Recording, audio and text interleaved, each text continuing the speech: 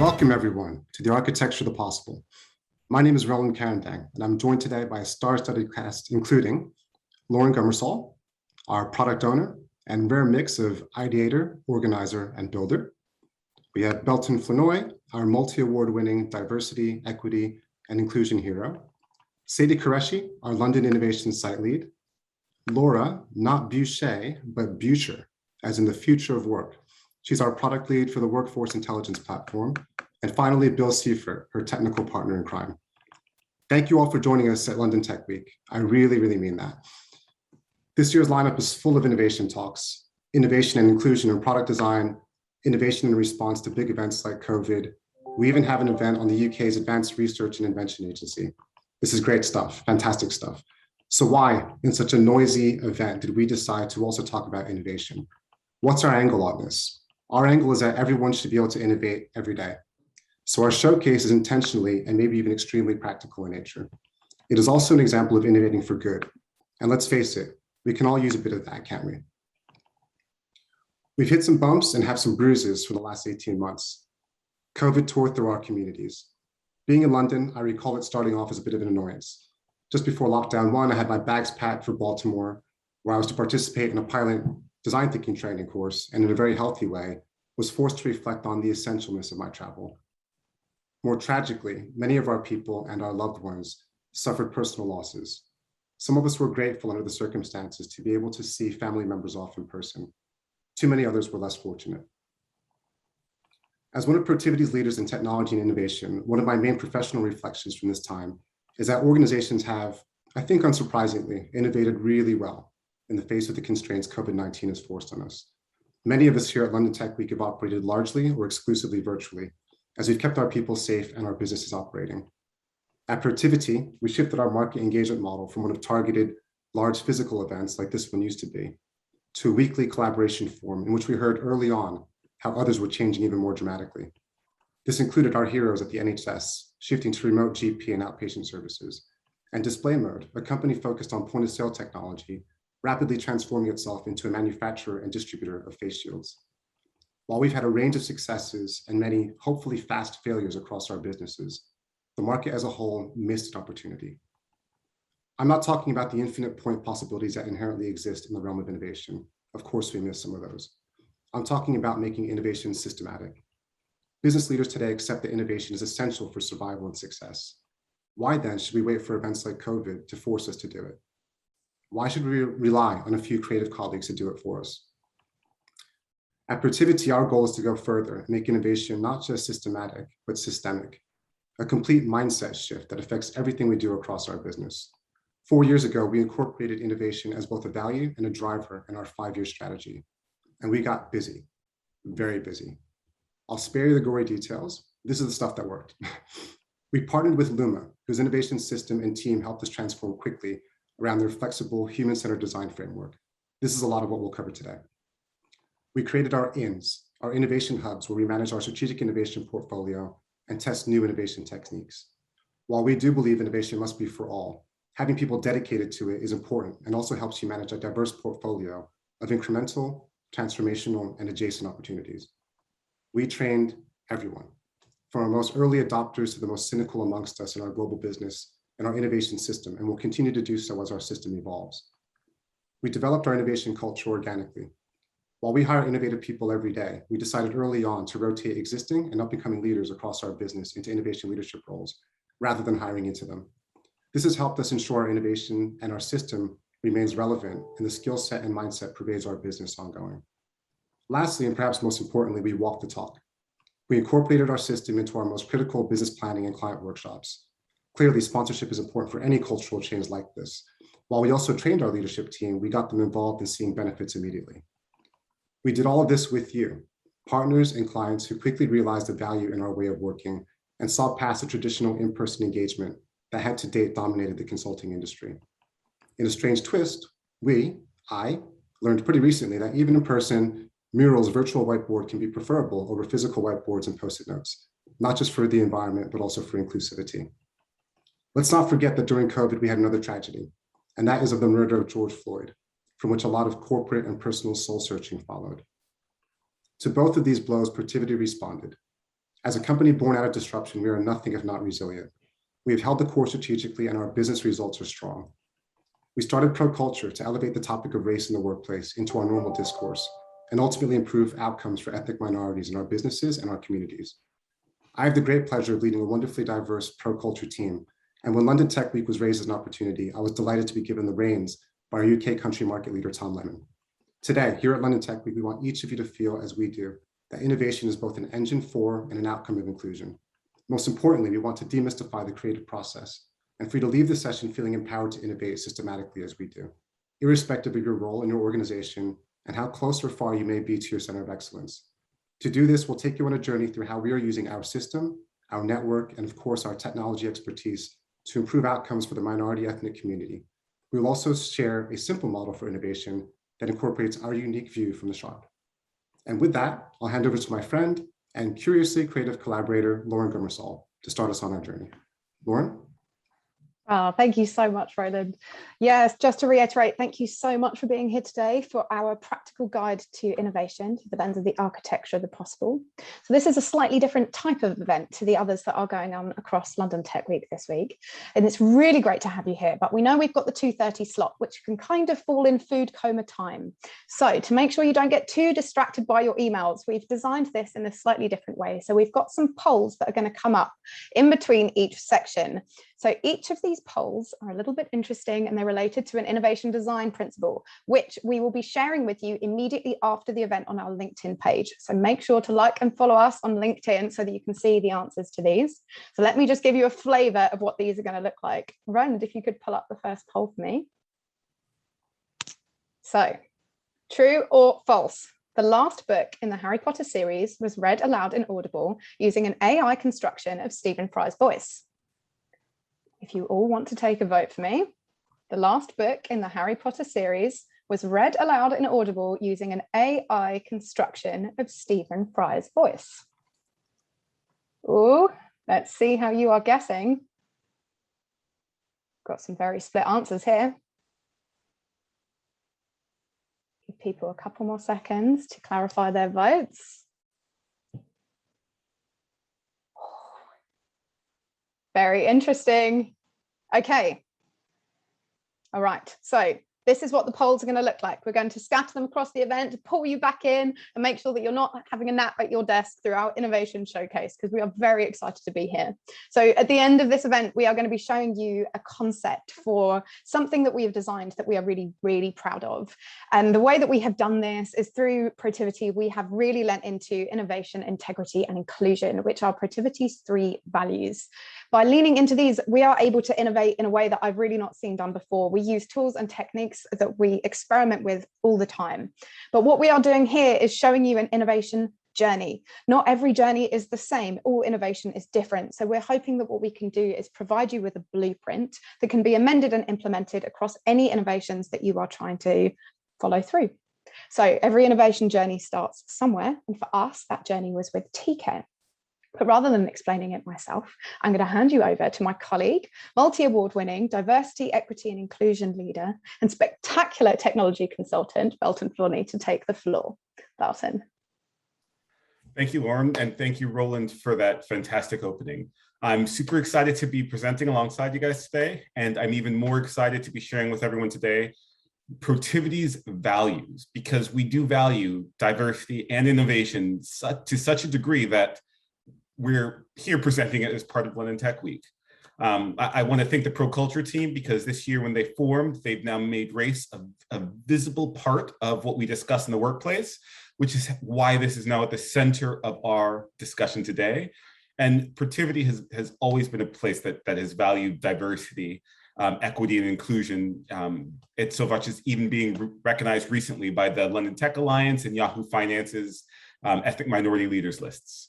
So because of that, we were invited to be a founding member of TCare by Microsoft, which is the technology community for racial equality. Now, I guess, why did we feel the need to create that group? Well, there's a problem, and we know there's a problem. We formed, I guess, 3 core things to help us address the problem. First, it's to help organizations understand or recognize there's a problem. So today, 50 to 70-year-old ethnic minorities are most likely to be in the poorest 20% of the population. We feel and we know we can do better, but there's systemic issues. So how can we challenge that? Well, we want to create a technology specifically around the tech industry to help transform the lives of the next generation of ethnic minorities to allow them to progress to being leaders as well. We know it's a problem, and we want to, one, make sure people recognize it's a problem, and two, help to be a part of the solution. And we saw TCare being a part of that. Now, the next step was really trying to understand what's Protiviti's role in addressing that so we could be a meaningful contributor to TCare as well. And while we were planning, one of the things I thought about personally was when I was moderating the Telegraph's D&I conference a few years back, and Baroness Ruby McGregor-Smith spoke about her Race in the Workplace publication, and she indicated that less than 10% of Black children chose to go into technology. And for me, that was eye-opening, because I couldn't believe it. I'm like, this is something that I'm doing, and I'm a Black leader. Is it really that bad? And in looking into it, I realized it was not just a problem that Protiviti is looking to address. It's common across the industry, with 40% of tech business leaders actively trying to address the lack of diversity in their teams today. So almost 50% of tech firms are trying to say, how can we address diversity? So that's combined as well with the shortages that we're experiencing currently in the tech center. And another few items to note is currently 71% of young tech workers feel uncomfortable in a job because of their gender, ethnicity, or socioeconomic background. That's the majority of them. And 10% of skilled people, so these are people across all levels in technology and cyber, are thinking about leaving their roles due to diversity issues. Given the fact that we're experiencing skill shortages, neither of those statistics are one that we want. So while we know many organizations are also trying to address these challenges, we recognize that people fall victim to what we call the intent versus action gap. I bet every single person on this call, as well as many leaders in this organization, all have good intentions at the beginning of the year, but then other priorities get in our way and essentially become more of a priority. So Protiviti was trying to say, how can we fix this problem? When we did market research, it indicated this as well. So we really wanted to drive something that would create meaningful change. Yes, we could create content and raise awareness of race in the workplace. Yes, we could look to improve outcomes for ethnic minorities within our organization. And yes, we could even promote the Race at Work Charter within Protiviti and amongst our peers. But is that really going to drive change? So this is where we moved into doing what we were trained to do. As Roland mentioned, our leadership made sure that 100% of our employees were trained in various design thinking techniques. And so we started with the problem side of our double diamond. Now, if you haven't heard about the double diamond, my colleague Sadie will be discussing that shortly. But we really wanted to understand and dissect that problem. We gave ourselves a deadline, and that was London Tech Week. We then found the perfect partner because we realized we couldn't do it alone. So we partnered with London South Bank University, which is one of the most diverse universities in London. And with London Tech Week fast approaching, we knew that we were operating under a variety of constraints, which isn't necessarily a bad thing because constraints are critical to driving innovation. And time is one of the most powerful constraints that we all have. So as we organized, we pulled together some milestones, we scheduled some time, we executed some really awesome joint workshops. And after a lot of hard work and collaboration, we surfaced the problem that is going to be the foundation of our talk today. You can't be what you can't see. Now, I'm going to pass it on to my colleagues who are going to continue this journey and tell you how we used this problem to generate the solutions that we're going to talk to you about today. Thank you so much, Belton. Okay, so as promised, can we put poll number 2 up on the board, please? So poll number 2.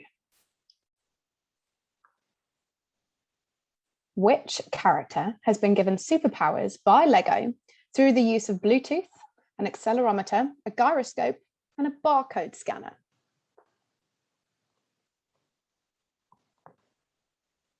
I wonder how split we will be on this answer. Which character has been given superpowers by Lego through the use of Bluetooth, an accelerometer, a gyroscope, or a barcode scanner? Okay, let's make sure none of you are in your emails. Have everybody voting, please. So before I hand over to Sadie, who's going to talk to us about innovation, let's just think about what Belton said. You can't be what you can't see. It's a catchy phrase, but what does it actually mean? Now let's look at a few more of the statistics. 35% of 18 to 24-year-olds feel they were never given any information about tech careers when in college. And graduates in Black minority ethnic groups are 8 percentage points less likely to be in full-time employment just over a year after leaving higher education than their white graduates, according to the Higher Education Statistics Agency. So this is a problem. It's a problem before they get to school. It's a problem when they leave school. And it's an interesting problem. And it's something that we really, really care about. But we didn't really know how to answer that. We needed to find a community that we could talk to about this. So as Belton said, we linked in with London South Bank University, one of the most diverse universities in all of London. And they helped us. But these are some really difficult conversations to have, certainly from our perspectives. We've always wanted to have these conversations in a really delicate way that gives people the opportunity to say how they feel and gives everybody the opportunity to say how they feel. So this is why we knew the design thinking was the right way to approach this problem. So I'm going to hand over to Sadie, who's going to talk to us a little bit about design thinking. Hi, Sadie. Great. Thank you very much, Lauren, and hello, everyone. Hope you're enjoying the webinar so far, much like my colleagues. Really glad that you're here and that you can join us. I'm really looking forward to what you take away from today. So I'm Sadie Qureshi from Protiviti. I'm the London Innovation Site Lead, where I lead a team of Protiviti innovation colleagues to apply concepts in human-centered design, prototyping, and agile working practices. We solve both internal and client problems. And yes, my role is super exciting as I get to work with some of our most creative and innovative clients and colleagues. So as Lauren says, I'm going to tackle the question of what is design thinking. Design thinking is both an ideology and a process.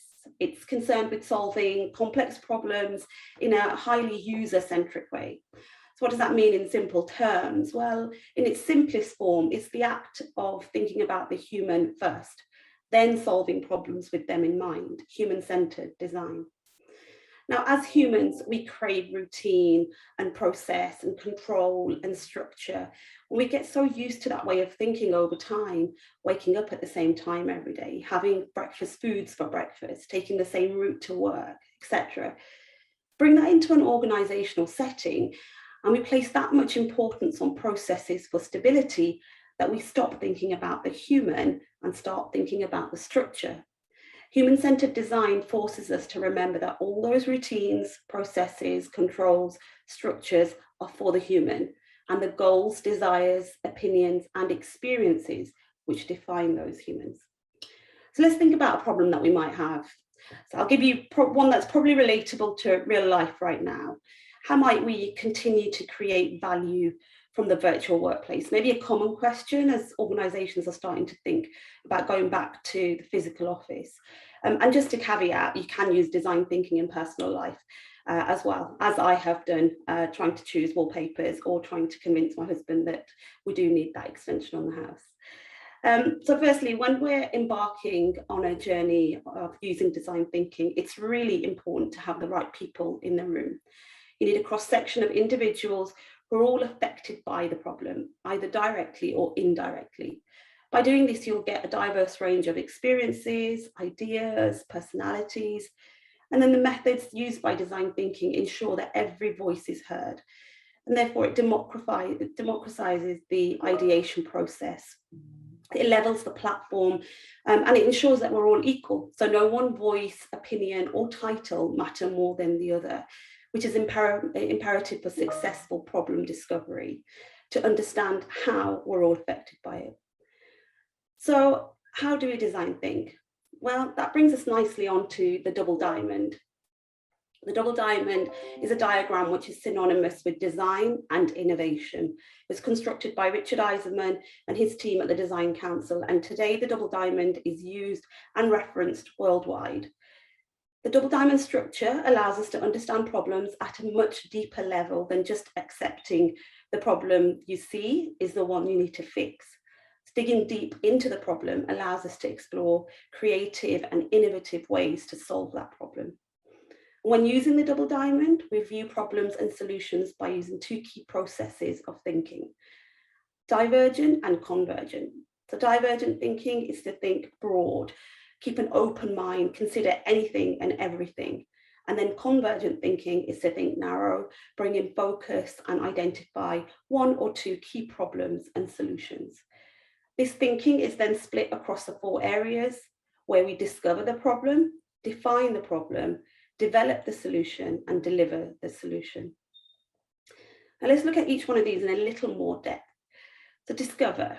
In that first step, we practice the divergent thinking. So we open our minds, we consider everything about that problem with no constraints or restrictions, really liberating. But this step is also about totally immersing yourself in the problem to truly understand it. And that's where your cross-section of individuals in your team really pay advantage. Next, we move into defining that problem. And once we understand what it feels like to be affected directly or indirectly by this problem, we can start to use convergent thinking and start focusing on the key areas, start focusing on specific experiences of the problem, and as a team, consider the pain points. We then use a vote to agree on the areas that need a solution, and everyone's voice and opinion is heard. So that's the first diamond. We're halfway there, and as we get to the second diamond, the fun part really begins. So we start to develop here the solution, or starting to think about the solution, and it's only really effective if we've truly understood the problem in the first diamond. But in this step, we practice our divergent thinking again. This means having that open mind to start ideating. This is normally where you're generating wacky, amazing, creative, innovative ideas. And there'll be no bad idea, and there'll be no idea that's too crazy. And trust me, I've heard a fair few, which all actually make sense. And it's definitely quantity over quality for this section. And then the last section is delivery. And here we go back to our convergent thinking, focusing on what we can deliver and which solutions will actually solve the real problem. Take a vote again and agree on the way forward to address that solution. At Protiviti, as Roland mentioned earlier on, we use the Luma design thinking methods, and using those methods, we would align them to each of these 4 phases and produce a recipe which would take us on an effective journey from problem all the way through to solution. So I hope that walk through the double diamond has shown you the effectiveness of thinking outside the box, literally, and thinking in the diamonds instead, taking into consideration every opinion in the room, and then adding, enhancing, and believing in the capability of our creativity. Now, I'm lucky to work for Protiviti, who are passionate about innovation. We provide innovation services to our clients and have been fortunate to have been involved with a number of key innovation engagements, which we've supported by using design thinking. We've supported the NHS, we've supported a telecoms business, we helped them to understand and define their net zero strategy. We supported a utilities provider to redefine their infrastructure, amongst many other great organisations trying to do great things innovatively. And we support these clients through either our global innovation sites or our local teams to ensure that we're providing the best possible service to them.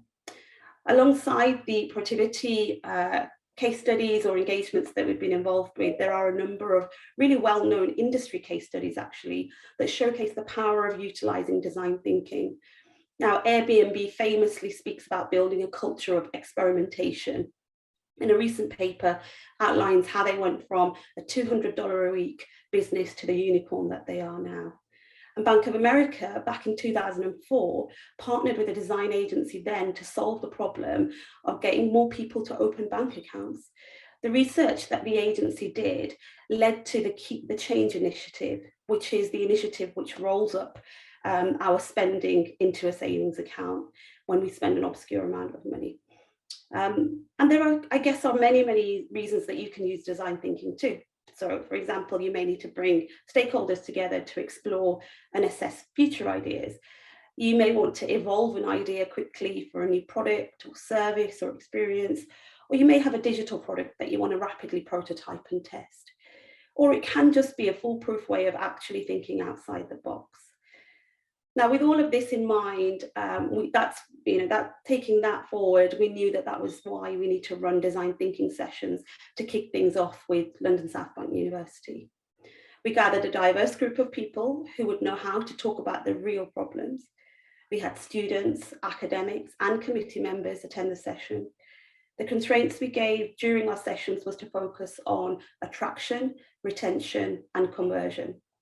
In the attraction phase, we wanted to know how to get students into the right degree, how do they find out about university, and what is the system and process that they need to follow. Retention is, well, once you have those students, how are we making sure that they're happy, staying motivated and engaged with their studies? And then finally, conversion. How do we make sure that the students with degrees are finding themselves in the jobs relating to those? So how are we adding value to the other side of that? The techniques we used were called rose thorn bud and affinity clustering. Rose thorn bud is, in its simplest form, again, a really good way of gaining feedback. A rose is something that's going well, a thorn something not going well, and a bud is an opportunity. And then we used affinity clustering, which is a great way to graphically sort all of those rose, thorn, and buds into themes to allow it to be really easy to focus on what the things that matter most to the people in the room. And we generated lots of ideas with the students that enabled us to get a better and bigger picture of what the real problem was. So design thinking can be all bells and whistles. We use incredibly collaborative tools from post-it notes all the way to mural boards. But it's also a mindset, I think, which is essential for innovation. It encourages us to be visual, imaginative, questioning, empathetic, iterative, and most importantly, collaborative. I use it every day in some way or other, from client workshops to feedback discussions. And I think it's one of the most systematic and accessible ways to innovate. Thanks very much. I hope that was useful, and I'll pass you back to Roland now. Thank you so much, Sadie, for that overview and for everything you do for Protiviti innovation. So from the problem side of the diamond, as Sadie suggested, we then move on to the solution side. And as Sadie also mentioned, we want to get a lot of ideas. This is what innovators refer to as ideation. Don't know how I feel about the word, but that's what it means. Traditionally, this is where leaders would call for a brainstorm. And while the intent to get a lot of ideas quickly is right, the traditional brainstorming sessions tend to fail. And why is that? It's because they lack structure, and the loudest, most influential person in the room is the only one who gets a voice. To overcome this, we use something called the creative matrix. Note the constraints. So in the columns, we like to use something human-centric, human aspects of our problem, persona profiles being examples or moments that matter from something like an experience diagram. In the rows, we use enablers. Amongst my favorites, you can see here, policies, partnerships, and sometimes even events and provocation. And obviously in this forum, technology and digital. On both ends of the spectrum, we tend to include something called a wild card. And interestingly enough, so we do this so that we can liberate people. They don't feel overly constrained by this structure. But my observation, and I'd be interested in Sadie's, is that people rarely use it. So to me, this is evidence that people need constraints to be creative, including time. So another thing that we've learned to embrace in our system is technology. Obvious and easy thing to say at London Tech Week, but I can tell you that early on, even technologists were very apologetic about solutioning and even being accused, sometimes rightly so, of finding a problem for their solution. These are real problems. I have been guilty of it myself. But another thing that we've learned is that the ability to execute, to build something during your innovation process is vital for morale and your innovation culture. And oftentimes technology is going to play a role. So the other thing that we know intuitively anyway, although we don't like to accept it, is that we can't choose our team. It's rare that you get to pick your team. So it really pays to know who you have available to build while you're converging on a solution. That way you have a higher chance of success. So this is another constraint for us, but a useful one. So in this case, we knew that Protiviti was strong in custom software. We knew we had strong relationships with Microsoft. And we knew we had a market-leading AI team with a range of assets available for our consumption. Conveniently, I oversee our custom software team and our Microsoft team here in the UK. So I knew we would have that capability. Whilst our AI skills are strong here, our center of excellence is in New York. So I called my friend Lucas Lau. Lucas, bless him. We love technology. We exchange pleasantries because we like each other, but also mostly because I think we know it's customary to do so. After about 45 seconds of that, we dive in. So I explain to him what we're doing. He's completed my sentences, and before I get to the end, he interrupts me. Roland, talk to Laura Butcher. I think she has exactly the algorithm you need. Thank you, Roland. Okay, so poll number 3. Are we ready to load this up onto the board? It's another true or false question coming towards you now. So just as it loads, here we go. True or false? A colorblind artist has been given the ability to experience color through hearing.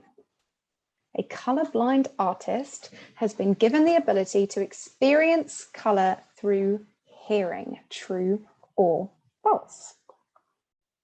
Okay, so whilst I let you vote on this, and I can see the numbers are slightly down, so let me pull some of you back from your emails. Come on, it's the afternoon, we're almost there.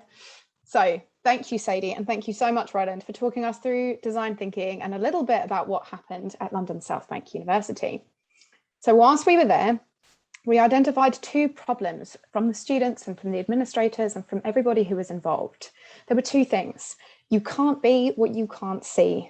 And technology roles are so daunting if you don't have any role models to look up to. What is a solution architect? What do all of these things mean? It's very difficult to just walk into Google and start searching if you don't have any basis.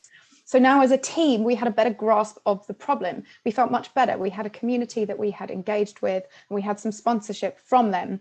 So what we wanted to do was start to think about the solution. So as Roland said, it's really important to know what your capabilities are. So we pulled together internally a really diverse team to start thinking about some solutions. And we landed on the concept of an app. So how this would work. We would have a list of standardized job roles that are easy to understand and navigate between, that would solve the problem of overwhelming roles. And we'd have the ability to go into those job roles and then see a technology professional who looked like you, who works in those roles. And what that would do is address the problem of that you can't be what you can't see. So this was the concept. But we had some assumptions that we needed to test. Are people going to use this? Do people really want it? But importantly, there are some technology assumptions that we need to test in here. This is why we called our friend Lucas to talk about AI. So we needed an algorithm that was going to standardize job roles.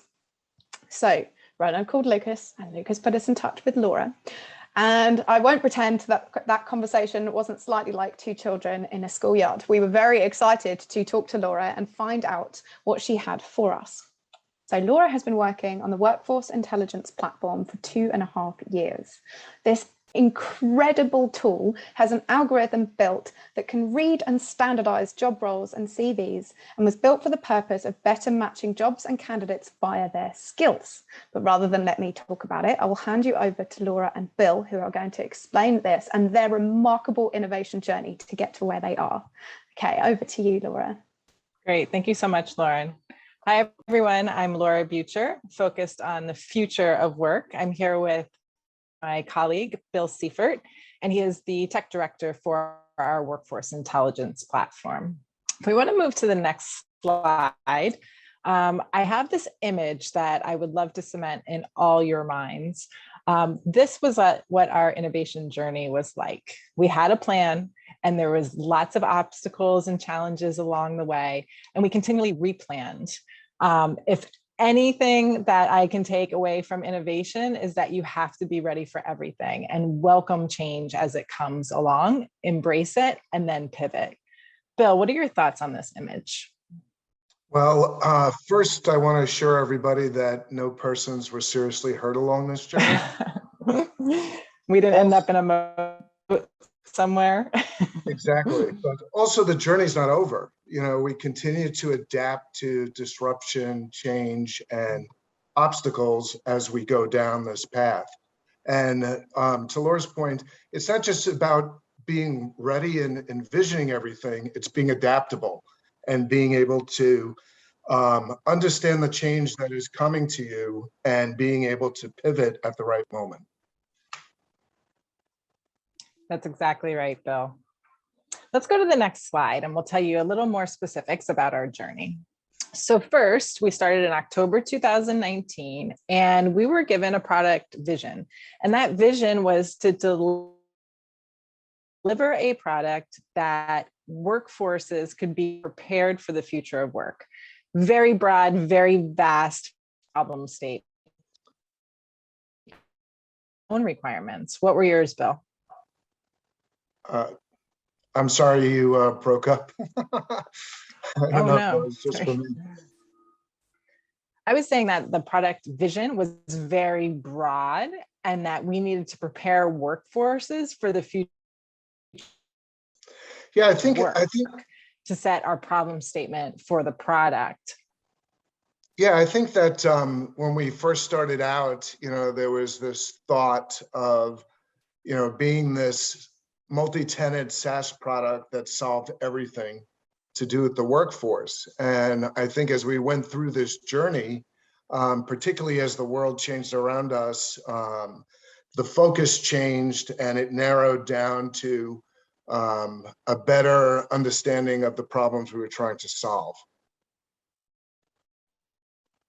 Right. So then we moved into narrowing in on our problem statement with a MVP that had a feature set that would imagine all our stakeholders to imagine the possibilities.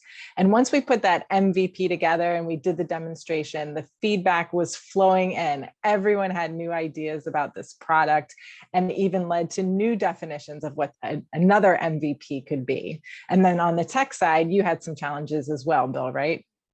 Yeah, it was every time we sort of realigned around what the MVP was, there was an expectation that we would be able to just spin up this new use case very quickly. And, due to innovation in other areas in technology, particularly cloud native and the ability to, define things quickly and experiment, we were able to do some of that along the way. And then COVID hit. Yeah. So that was interesting because we were trying to focus our MVP as well as bring along all the technology to enable it, and it was almost like trying to build on sand in some respects, because you had all these changes that were coming, and as the changes came, remote work, the digital disruption, just the evolution of work. It was, very difficult to adapt to that changing landscape along the way. And it wasn't even just the, sort of the disruption, it was also the expectation. So expectations that employers had, that employees had, that our clients had, were changing along the way as well. And it was probably one of our biggest challenges was, having the imagination to think about what was the next thing and trying to adapt to the things as they became more clear along the way. That's right. With COVID, everyone wanted everything at their fingertips with digital disruption. The workforce challenges just were amplified with COVID. And so things that we were looking at before just accelerated and became a boardroom topic. So our customer and our buyer shifted a little bit. We were positioning our product in new and different ways, and we were promoting speed and agility in an arena where companies need to make quick decisions fast to stay relevant. So not only was there a skills gap, the skills gap increased during COVID, the war for talent increased, and then we have the great resignation where 25% of employees are leaving their current employers and going somewhere else. On top of that, companies are trying to keep employees engaged. So the problems that we were thinking about before COVID just accelerated and really came front of mind and became a topic that we need to discuss now, not just in the HR landscape, but at the boardroom level on how to manage their workforce. So one other interesting thing that happened, not just shifting our customer and our buyer, but I reached out to an industry expert that actually works with the practitioners of the type of product that we would use. And his feedback was very profound. First, he said the product was on point and he thought it had all the substance. The data and the algorithm that we've been using here at Protiviti showed excellent results, and he thought we were on the right track. I was thrilled, but then he said that he recently got picked up at an airport with a driverless car, and he got in the car and there was no person in the front, and they took him to his hotel. He then told me that if his wife was with him, she would have never gotten in the car, and that we were trying to sell something and drive adoption of a product that the end user really wasn't ready to adopt yet. We were, in essence, giving them a driverless car in the middle of a pandemic that made them concerned and worried, and maybe the adoption wasn't needed to be. So we pivoted yet again based on that feedback. And Bill, why don't you tell us what we did with that driverless car analogy? Yeah, and I think that was a good analogy, because when we started out, we had envisioned this as a, full multi-tenant SaaS product, right? And when you think about those models, they're self-provisioning, they're self-managing, and people weren't ready for that. And one of the big obstacles that came up during some of these discussions was the quality of data. And that was a big thing, because when we started out in that sort of driverless car model, you're responsible, the user is responsible for the quality of data. And when starting to think about this rather, instead of a product, a SaaS product, but as a technology accelerator, as part of a larger offering, it opened up so many other avenues of problems that we could solve.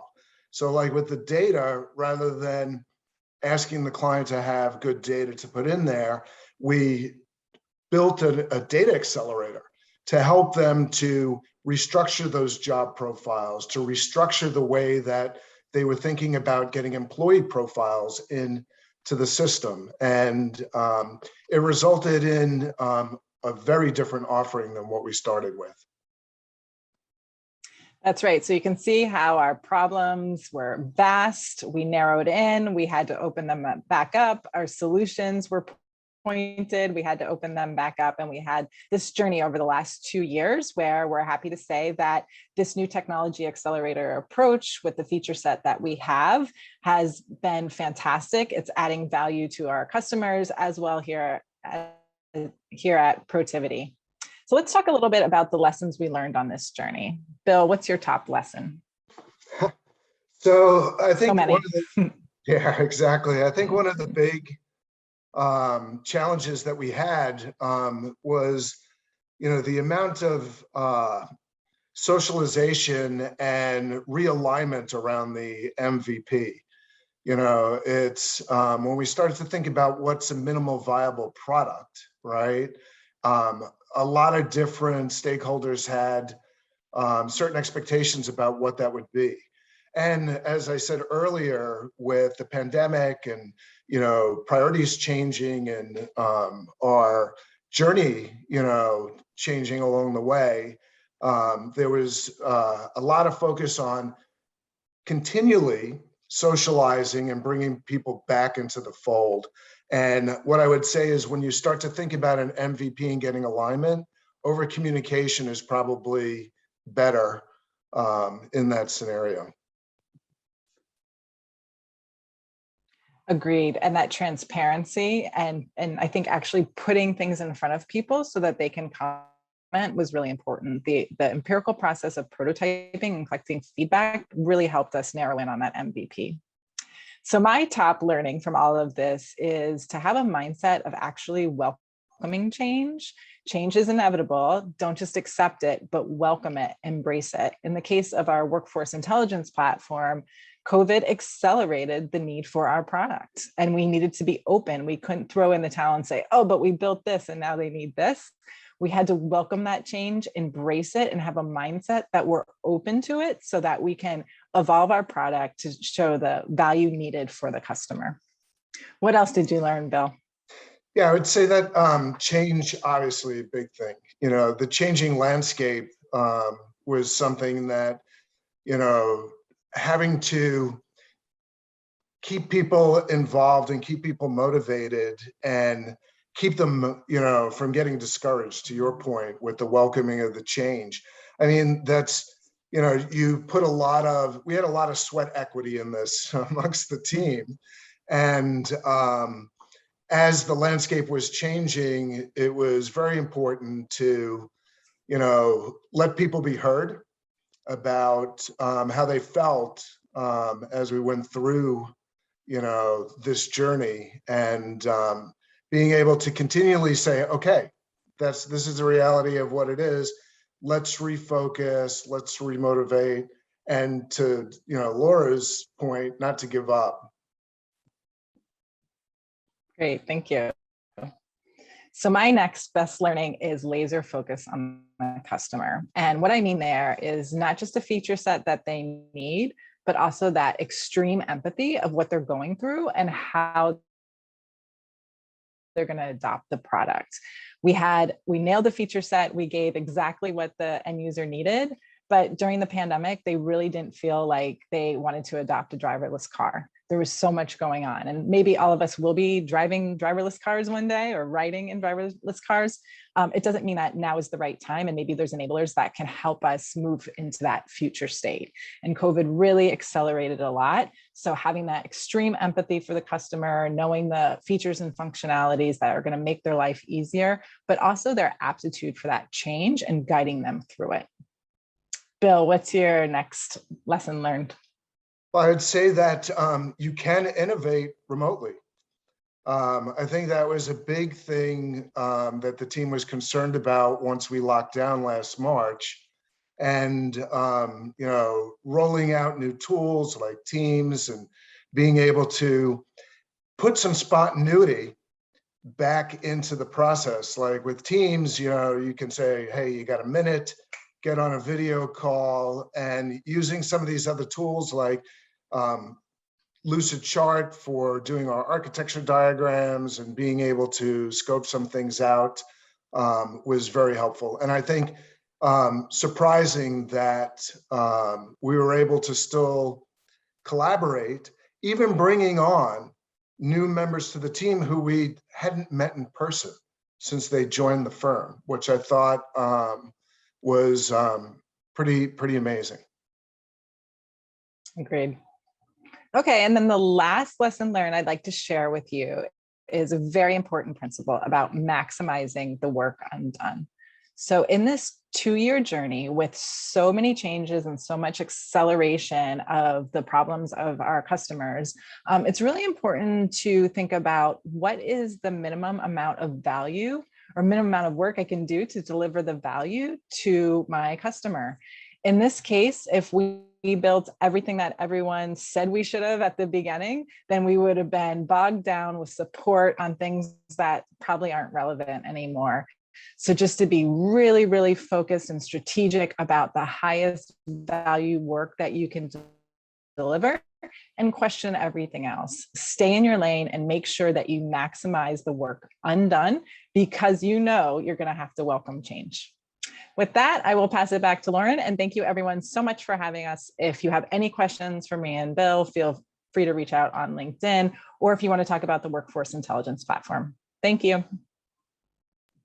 Thank you both so much. So amazing to hear about your journey with this tool, and maximizing the work undone leads very well back into our narrative of why we got in touch with you. But you know the drill, we've got another poll that needs to come up.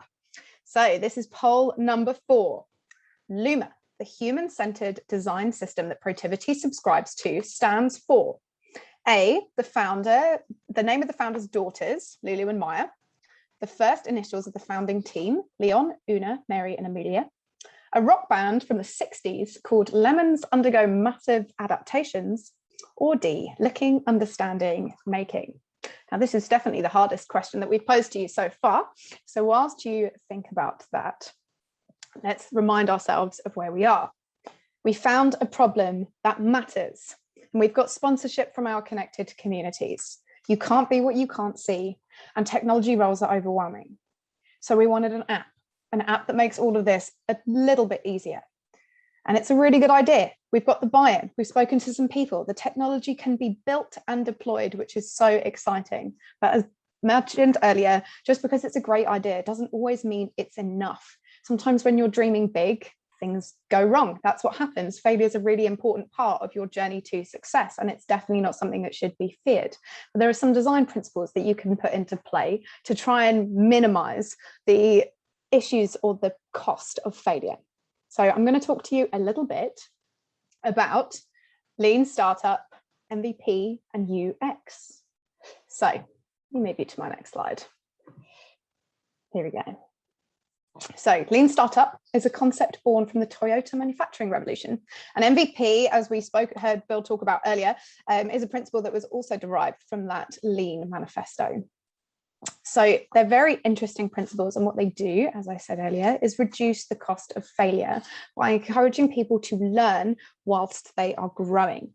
The idea is that you would reduce product development life cycles and rapidly discover proposed business idea is viable. It's important to test ideas out before you fully commit to them. Iterative thinking is kind of what we are looking for here. We want the resources to be used to their maximum potential, and lean startup and MVP are a great way to do this. We'll send some resources out after this event on things like that, and these are two great books that you can also look at. But essentially what these two concepts do together is they flip the build, test, learn principles on their head. Instead, you want to learn first. Who is my audience? Why are they using it? How can I hear them? How can I see them? How can I understand them? And then you want to test that. Do we need to send out surveys? How do we get that sense check? What are the assumptions we need to test, like our technology assumptions that we needed to test through Laura? And then once you've done that, you can begin to build in an MVP style way that's going to make sure that you are maximizing the work, not done. So now I want to talk to you a little bit about UX. This is one of my absolute favorite things to talk about. It's something that I am learning quite a lot about at the moment and implementing across my own life and in my client work. So UX, as far as some research is concerned, is a combination of choice and information architecture and visual and digital design. It's something that we've spoken a lot about recently. It's a term that was coined by Don Norman, who's the author of this book that you can see on the screen, The Design of Everyday Things, but it's much, much older than its name. Essentially, what UX means is user experience, and you're focusing on the user, on the human that is actually using your product or your service. And in 500 BC, the ancient Greeks were designing tools that were considered ergonomics. How do they fit in your hand? So it's a really, really, really old concept. It's something that's really interesting, and it's been a very hot topic over the course of COVID, as lots of shops and businesses that used to be brick and mortar are having to find themselves go online. But so when we think about UX, we think about things like magenta to teal gradients and dark modes in apps, which are absolutely essential parts of UX, but they're not everything to do with UX. UX also lives in your everyday life. So I'm just going to give you a few examples of how you might see UX in your everyday life by giving you a great example and a bad example of UX. So the bad example, as you can see here, we've got a microwave. Now, I don't know if you have the same issue as me, as when you go into somebody else's shower, you never really know how it works. Now, this microwave lives in our Protiviti office, and I don't know how it works. I don't know which buttons to press. I don't know what to do. It is the worst UX of any kitchen appliance I've ever been able to find. It's a complete mystery to me. I've asked everybody who works there. It seems to be a mystery to all of us. But can you see that little button that says 20+ seconds? So we just click that until the time that we feel is about right. This is not good UX. As a user, I feel confused. I don't know what to do. It should be simple. It frustrates me. But move into the middle photo. This is a photo of my coffee machine. This is some of my favorite UX. This coffee machine has got a tray at the bottom that fills up with water as you're making your coffees. And this little sign that says empty me floats on the water. And just as the water is reaching the point where it would overflow, if you try to take it out, this little sign will pop up, and it's a reminder that you need to empty me. This is some of my favorite UX in kitchen appliances. And now we've got this fun thing on the side. So this is something from an in television that I was told about. will be honest, I don't remember, a little bit too young for that, but it's a fascinating thing. It's like a keypad. It was a game, but this was an overlay that sat on top of the control. So instead of having to learn what the numbers meant for each thing, it's super visual. You don't need to learn anything. It's right there. You can understand it from the offset. So I'm thinking what I need to do is take this concept that we can see and apply it to my microwave when I eventually learn what the buttons mean, which probably means that I need to go and find its instruction manual. Okay, back to our product. We are talking about an app. What can an app do? Obviously, UX is a really important part of innovation and design. So what was the UX that we did around this? So firstly, I'm going to give you the name of the app. So in the UK, we call Black minority ethnic groups BAME. So when we were coming up with an idea for the name of the group, I came up with this idea called SAME. You can't be what you can't see, but when you can see it, same, I want to do that. So the concept is called SAME.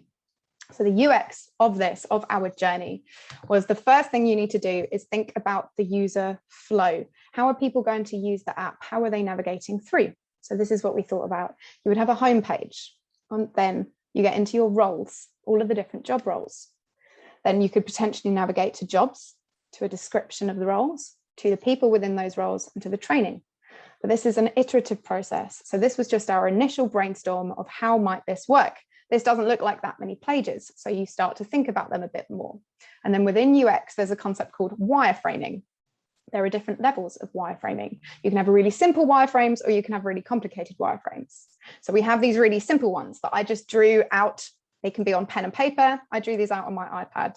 They just start to help you think about what is happening within the app. Where do I need to click? What's this actually going to feel like? So we've got the landing page, the menu, maybe some navigation of where we're going. And then when you've got these simple wireframes, there are some incredible tools that can help you elevate that to the next level. So these ones are made in a software called Miro.com. And you can see that they feel a little bit more real than my ones that are hand drawn, but these are easy to make. They just help you to think about things. And then you realize, this is actually a little bit more complicated than my initial flow. How are people going to get in? How are they logging into my app? What's the authentication process? Is there any data privacy that I need to be thinking about here? So you can keep playing with your wireframes and building these things out so that you get a better picture of what you're doing. So it's a really good idea when you're building a concept, because you don't have developers sat there building this yet. You are just playing with some wireframes and seeing what it feels like. The customer can really like this. So these are made in a tool called Miro, but you can use Adobe XD and all sorts of different tools for this. UX has got a massive suite of software that can help you, but equally you can make it in PowerPoint. This is my favorite tool. So when you've developed it through and you've thought about your pages and you've thought about your concepts, you can use a visual design like this to really start to understand what the feel of the app would be. So you would log in. The app might look a little bit like this. You could search for your job roles. Ooh. So you might go to cybersecurity engineer. And then when you click within there, you can see a group of people and their job descriptions. And then if you click onto them, you will get into their profile. So this is the UX, and this is the concept of the app and what it might look and feel like. So we are really building this out. We're really proud of it. We are still working. It's an iterative process. We need to do a lot more feedback, but we are really hoping that this app could solve our two problems. You can't be what you can't see, and technology roles are overwhelming. So this is something that we are really working on and we are really, really excited about. So on that note, I'm going to pull us over to the last poll, poll number 5, if we could pull it up, and then Roland is going to finish for us. So poll number 5, which company is using real teams and budgets on fake projects in order to allow for deniability in the case of a leak, just in case something really cool happens? Thank you so much, Lauren. And thank you everyone for your attention so far. We are over about 5 minutes, so if you can stay with us, thank you so much for that. So London Tech Week, the architecture of the possible, a promise of practical innovation advice. In my opening remarks, I mentioned leaving you with a perspective of innovation from our UK headquarters at the Shard. And here it is. Innovation, like a high-rise building, it's got foundations. Without these, your building and your innovation program or process will sink. It has functions. Without these, your building doesn't work. It has no purpose that will suit human beings. And finally, it has form. Without form, your building has no life. So what are our foundations? We've got concrete, a problem that matters. Innovation is hard. You've heard all the stories. Most ideas fail. So people really have to want to do it. Research shows that motivation for innovation increases as you move up from curiosity to wealth, to fear, to significance. So a problem that matters, matters. Next, we have steel. For us, this is sponsorship. Either innovation is your dedicated job or your side job. Maybe it's your second job. Either way, you need your leadership to be on board to do it well. Lastly, we have floors. And for us, we have technology. We like this in our analogy because technology has many layers, but more so because technology keeps us grounded in the art of the possible. So next, what are our functions? What keeps our innovation engine running? For us, these are the things that pervade through our innovation system. We start with safety systems. These are the things that you wish you didn't have to have, but you know you're better off with. And for us, these are constraints. Again, not just the ones forced on us, but the ones we're forced on ourselves. Next, we have lifts. For us, this is collaboration. And we love this in our analogy because they indicate that we cannot elevate without the help of others in our organization and with partners. And finally, we have the plumbing. Throughout our innovation system or your innovation system, you need to be organized. Innovation projects need to have the same rigor, if not more than other projects, due to the high degree of uncertainty involved with them. And finally, what is our form? What gives our innovation system life? We start with fittings. When you get into a building, you don't notice the building. You notice the fittings. You focus. So focus really just underscores for us that you can't do everything. And to innovate responsibly, you need to spend like it's your own money. And that's where things like Agile, Lean Startup, and MVPs come into play. Then we have artwork. For us, this is autonomy. Similar to a problem that matters, I'm talking about motivation here. Ideally, we've got a good spread of autonomy over task, team, time, and technique. We like artwork for this mental model because art is arguably something a building does not need, but is something that makes it beautiful and allows us to see things in different ways. Autonomy does this for us. Finally, we have tenets. We talked a lot today about human-centric design. Innovation must meet the needs of real people. So the last piece of this architecture is about people and the all-important feedback we get from them. And with that, I want to say a huge thank you to my co-presenters today and the much bigger team behind the scenes. There are far too many to mention in this session, but none of them would take exception to me thanking Lauren Gummersall specifically. Thank you, Lauren, for the tremendous time and tremendous talent that you put into this product and this presentation so far. I'm so grateful to have you in my circle. Thank you. And finally, I really want to thank all of you in the audience for spending time with us today. I wish you success and many fast failures on your innovation journey, and would genuinely love to hear from you about your progress. Thank you, and please stay engaged in the post-event activity on LinkedIn and otherwise. Thank you.